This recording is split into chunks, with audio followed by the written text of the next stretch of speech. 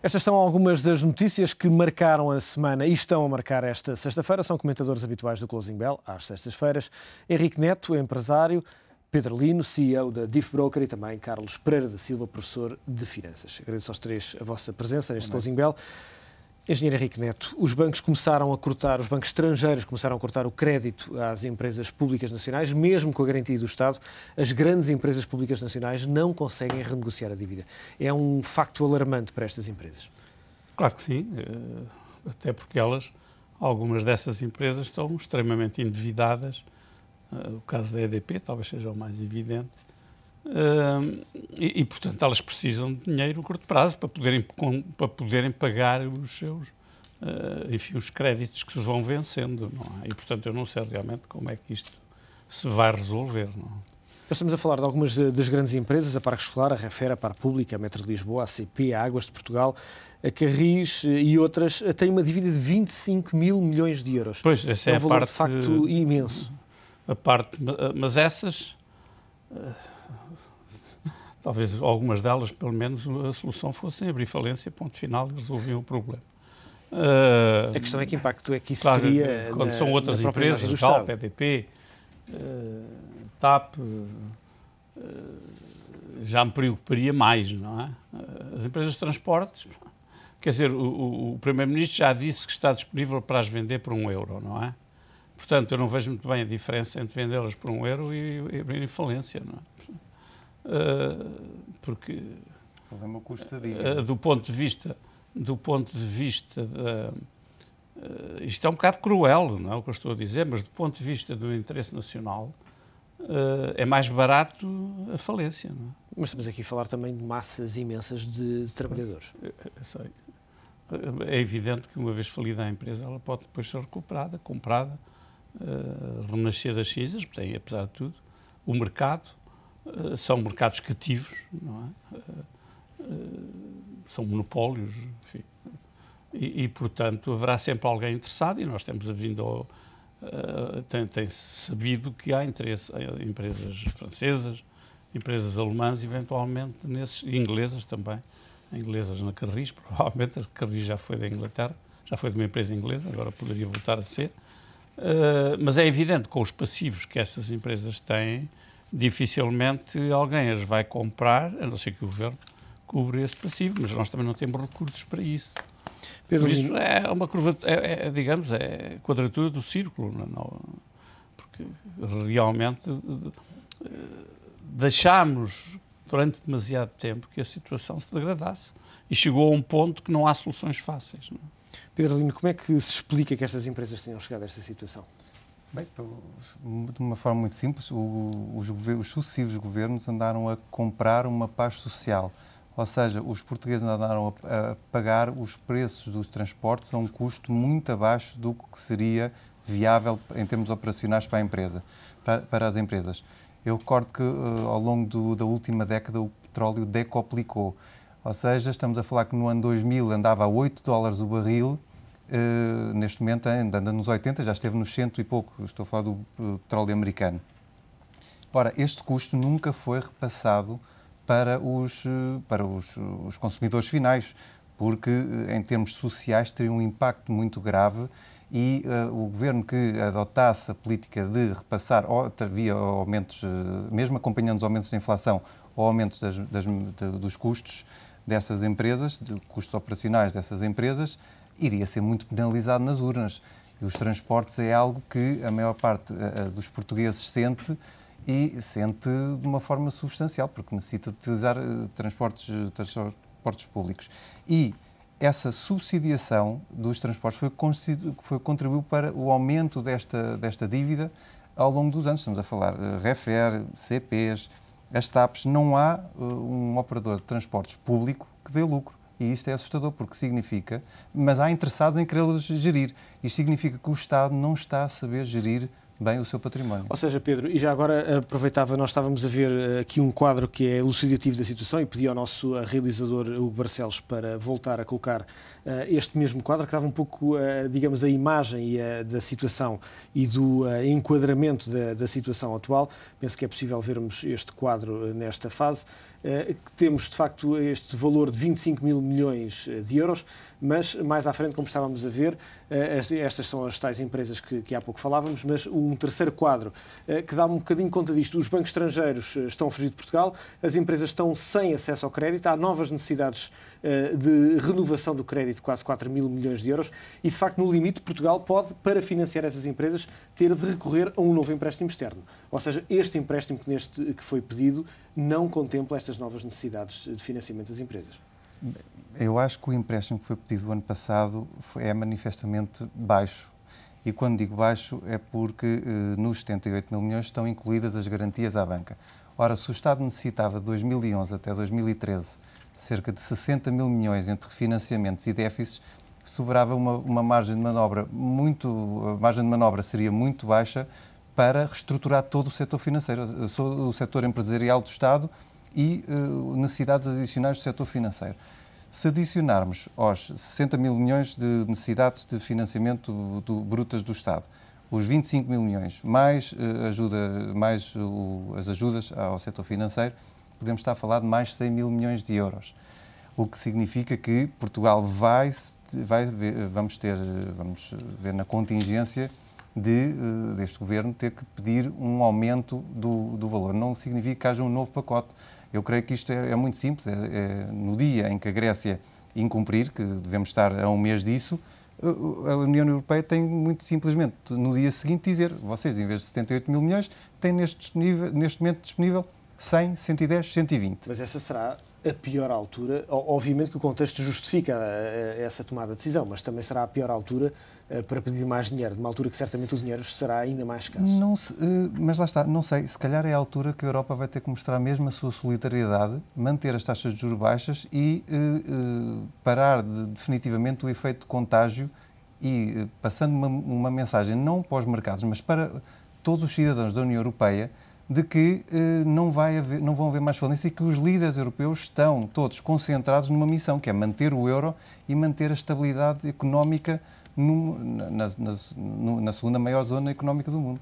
Carlos Pereira da Silva, o Pedro fazia esta nota que estas empresas, que apesar de perderem muito dinheiro ao longo dos anos na posse do Estado, mas ainda assim continuam a ser muito, digamos, desejadas por operadores privados, estas empresas de transportes. Há aqui uma diferença, ou seja, as empresas têm interesse para o setor privado, há uma má gestão do setor público. Aparentemente, o que nós estamos a constatar é que por todo o lado aparecem ineficiências e má gestão das empresas públicas, na Madeira, nas câmaras. Eu confesso que já nada disto. Isto é uma coisa que nós dizemos que é triste, tudo isto é fado. O problema é que nós montamos, isto é constitucional, montamos uma economia baseada num grande empregador, chamado Estado, e os seus apêndices normalmente são empresas públicas, isto e aquilo.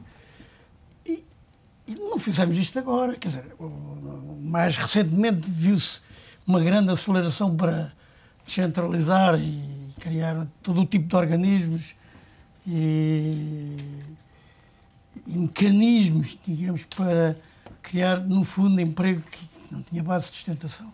E, portanto, estas empresas resultaram, muitas delas, do processo de nacionalização.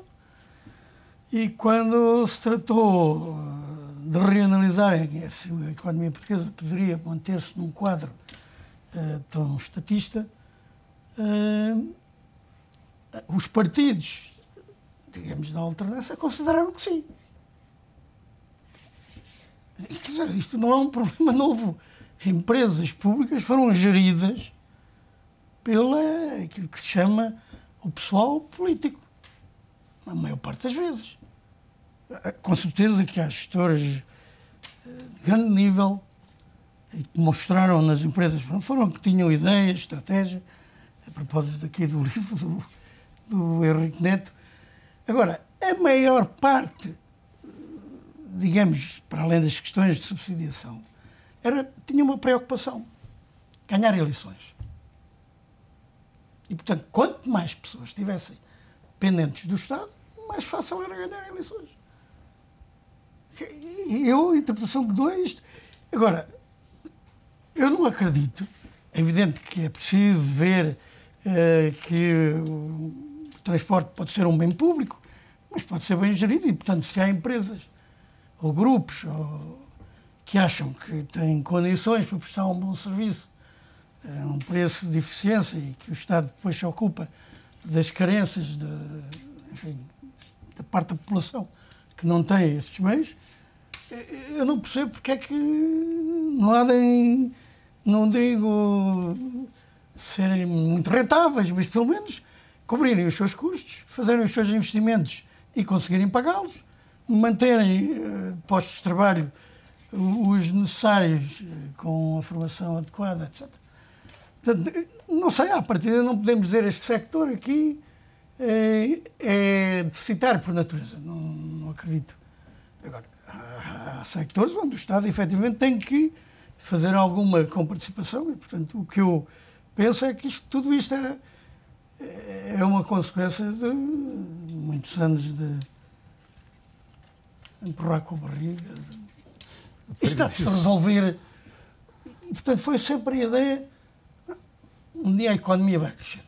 No fundo, à espera do Godot. A economia vai crescer e tapa os buracos todos. Já ninguém nota. Esta é a percepção que eu tenho, porque depois vem enfim, um grupo de gente e começa a olhar para as contas e diz, olha, e mais, o governo português só pediu 78 mil milhões, já choveu. Mas na altura já se falava que isso não dava para metade do problema, mas não sei. Agora, só depois de virem estes cavalheiros é que de repente começam a saltar cogumelos ali e acolá. Eu lembro-me aqui nesta mesa, nós dizemos que se faça uma auditoria geral às contas da nação. E que se digam aos portugueses, olha, nós estamos encalacrados, devemos 200 mil milhões, temos que pagar isto. Mas, ó professor, fizemos exatamente o contrário, foi esconder aquilo que sabia, não é? Andámos anos a esconder e continuamos a esconder. E é triste serem, finalmente, estrangeiros, a dizerem, vocês andaram aí sem rei nem roca, a fazer despesas. Mas como o professor dizia, se os dois principais partidos em Portugal estavam cúmplices desta situação, era difícil que fossem os próprios a revelar essa situação. Quem era o pessoal que ia, normalmente, até a seguir às eleições, quem é que vai para ali, quem é que vai para acolá, quem é que vai para... Esta discussão sempre existiu, desde há muito tempo, não é de agora. Henrique Neto, estas empresas acabaram também por ser prejudicadas pelo próprio acionista que não fazia as transferências devidas daquilo que tinha sido o modelo qualquer contratado. Boa gestão, você tocou num ponto extremamente importante. Qualquer regra de boa gestão do Estado faria com que, em cada ano, aquilo que se tem chamado o serviço social das empresas fosse calculado no seu valor e o Estado repusesse esse valor nas empresas, até por uma razão muito simples, para responsabilizar a gestão, que teria que ser responsável pelos lucros. Uma empresa que prestou, suponha a Carris, prestou ou o Metro Lisboa ou o Metro do Porto, prestou um serviço público, os bilhetes deveriam ser X, mas foi Y, há uma diferença que representa 400 milhões de euros na empresa A. O Estado repunha esses 400 milhões, mas a empresa tinha que ganhar dinheiro e a gestão e os administradores eram responsáveis por manter a empresa, como qualquer empresa, a níveis de rentabilidade. Assim cria-se uma nuvem cinzenta. Claro, como o Estado nunca fez isso, e não fez isso um ano, nem 2, nem 3, nem 5, nem 10, é evidente que todos os gestores se tornaram absolutamente irresponsáveis. Não tinham que ser responsáveis por nada, porque chegava-se ao fim do ano e dizia, bom, a Refer ou a CP... Bom, perdemos 50 milhões, 100 milhões, 200 milhões.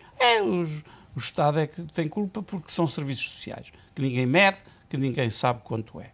Mas repare, portanto, o que nós estamos a dizer, e temos vindo a dizê-lo aqui ao longo dos meses, é de que nós temos um Estado incompetente, dirigido por uma classe política não apenas incompetente, mas largamente venal. Ora, é evidente que isto é uma receita para a desgraça.